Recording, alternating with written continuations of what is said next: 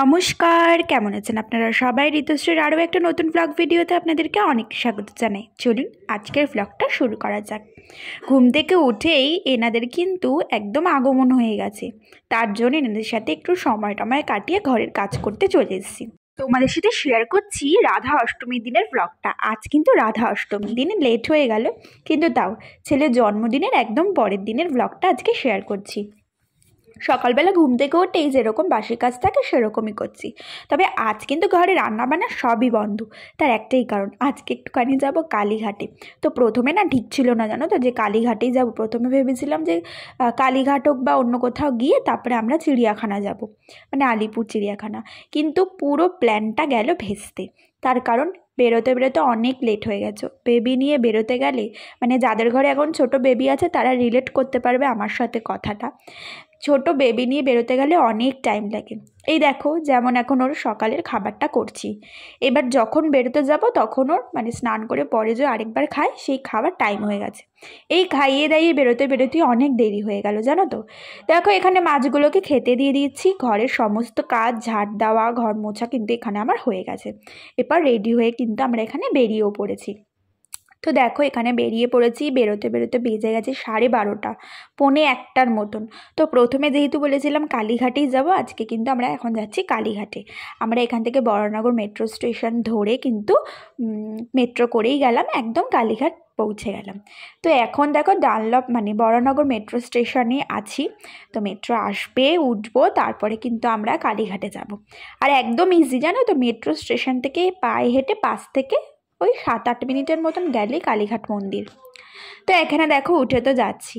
আর তোমাদের আমার ব্লগ ভিডিওগুলো কীরকম লাগছে না লাগছে অবশ্যই তোমরা জানিও, আর কমেন্ট করো অবশ্যই যে তোমাদের ব্লগগুলো কীরকম লাগছে, ভালো লাগছে নাকি কীরকম লাগছে, আর তোমরা কীরকম ধরনের ভিডিও দেখতে চাও সেটাও বলো। তো এখানে সোনা পাপা কোলে উঠবে না, জানো, হেঁটে হেঁটে যাবে। তো ঠিক আছে, বাবা আরও মিলে ধরে ধরে হাঁটিয়ে হাঁটিয়ে নিয়ে গেল। একদিকে এটা কিন্তু বেশ ভালোই অভ্যাস। গরম লেগে গেছে।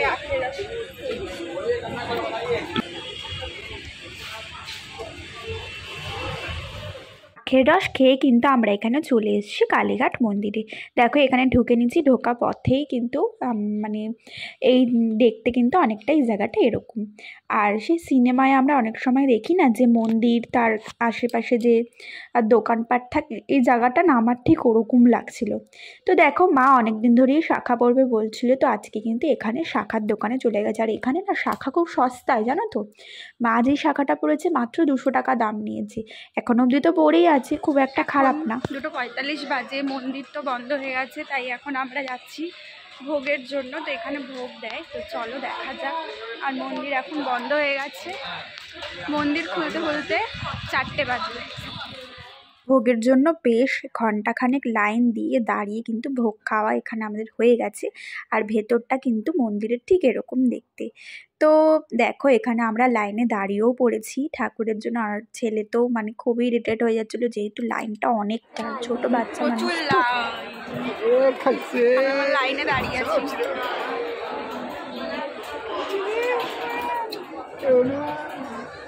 লাইন যখন দিলাম, মানে ওই দুপুর বিকাল বলতে পারো 3টে, ঢুকতে ঢুকতে 6:30 বেজে গেছিলো, পুরো অন্ধকার হয়ে গেছিলো, জানো।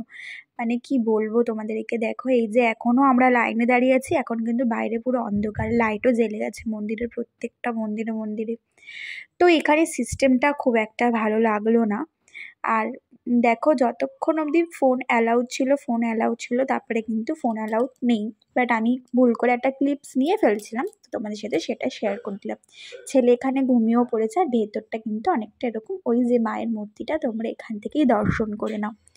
তো দেখো এখানে ফটো সেকশন করে আমরা কিন্তু রাত্রিবেলা দেখো মন্দিরটা দেখতে কি অপূর্ব লাগছিল।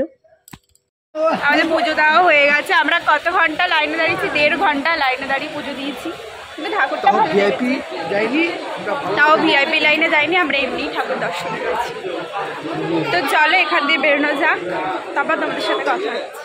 আর মন্দিরের সামনের প্রবেশটা এরকম দেখতে কি সুন্দর, জানো না, মন্দিরটা কিন্তু খুব সুন্দর। আর মায়ের মুখটা দেখে তো মন আরও ভরে গেছিলো। তো এবার গুটি গুটি পায়ে কিন্তু আমরা চলে গেলাম। আর দেখো এটা হচ্ছে সবাই এখন বিধ্বস্ত আর ক্লান্ত, স্কাই ওয়ার্কের ওপর দিয়ে হেঁটে হেঁটে যাচ্ছি। আমার ছেলেকে ছেড়ে দেওয়া হয়েছে, ছেলে তো খুব মজায়, আর ভীষণ পরিষ্কার জানো তো। দক্ষিণেশ্বরে স্কাইওয়াকেও গেছে, এতটা পরিষ্কার না, কিন্তু খুব ভালো লাগলো। আর মায়ের মূর্তি দেখে তো আরও মনটা ভরে গেল। হ্যালো এভরিওয়ান, আমরা অনেকক্ষণ আগেই ফিরে গেছি। ছেলে একটা ঘুম দিয়েও নিয়েছে, আর আমি এখন ভিডিওটা এডিট করছিলাম। কালকের পরশু দিনের ভিডিওটা আজকে এডিট করছিলাম। তো এখন দেখো এখানে বাবা নিয়ে এসছে এগ রোল, এটা খেয়ে নিই, ভীষণ খিদা পেয়েছে। তো চলো এটা খেয়ে নিই, তারপর তোমাদের সাথে আবার কথা বলছি। আর ড্রেসটা এখন চেঞ্জ করে নিই, তার কারণ আজকে রাত্রিবেলায় আমার এক ভাইয়ের জন্মদিন, তো 12টার পরে ওখানে কেক কাটতে যেতে হবে, নয়তো আমাকে আবার ড্রেস করতে হবে। তো সেই কারণে ড্রেসটা চেঞ্জ করে নিই। তো চলো এটা খেয়ে নেওয়া যাবে।